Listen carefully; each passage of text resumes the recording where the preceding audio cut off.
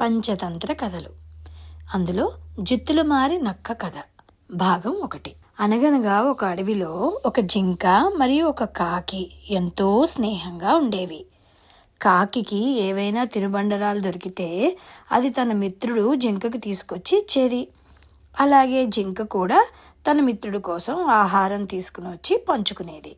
ఇలా వారి స్నేహం చాలా బలంగా ఆనందంగా సాగింది. ఆ అడవిలోని జంతువులందరికీ ఈ స్నేహం చాలా చాలా నచ్చేది. కానీ అదే అడవిలో ఒక నక్క కూడా ఉండేది. కానీ ఆ నక్కకు మాత్రం వీరి స్నేహం చూస్తే చాలా అసూయగా ఉండేది. ముఖ్యంగా ఆ బలమైన జింకను చూసినప్పుడల్లా దాని నోట్లో నీరు ఊరుతూ ఉండేది.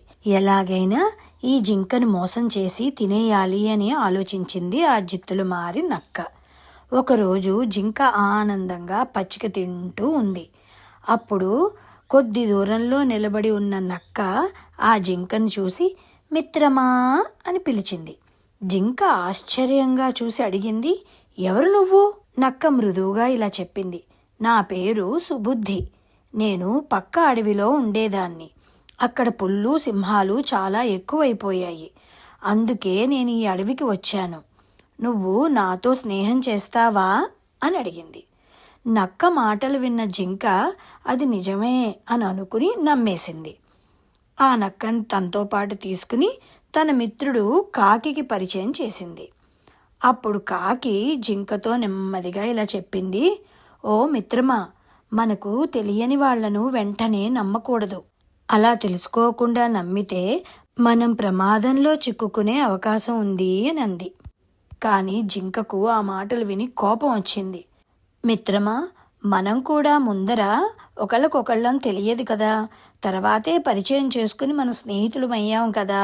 ఇప్పుడు మనం చాలా మంచి స్నేహితులం అయ్యే. అలాగే అందరితో స్నేహం చేస్తేనే కదా వాళ్ళు మంచివాళ్ళ చెడ్డవాళ్ళ అని తెలుస్తుంది. అనవసరంగా అనుమానం పెట్టుకోవడం మంచిది కాదు అని చెప్పింది. కాకి బాధపడి ఇలా అంది, ఓ మిత్రమా, దీనివల్ల నువ్వు ప్రమాదంలో పడకూడదు. అలా అయితే నీ గతి ఒక ముసలి గద్దను మోసం చేసిన పిల్లిలా అవుతుంది అని చెప్పింది. అప్పుడు ఆ జింక ఆశ్చర్యంగా అడిగింది, ఎవరా పిల్లి, ఎవరా ముసలి గద్ద, ఏమైంది వాళ్ళకి అని. మరి ఆ పిల్లి ఎవరో ఆ ముసలి గద్దకు ఏమైందో తెలుసుకోవాలని మీకు కుతూహలంగా ఉందా? నాకు కూడా ఉంది. అయితే ఆ ఆసక్తికరమైన కథను వచ్చే భాగంలో తెలుసుకుందామా?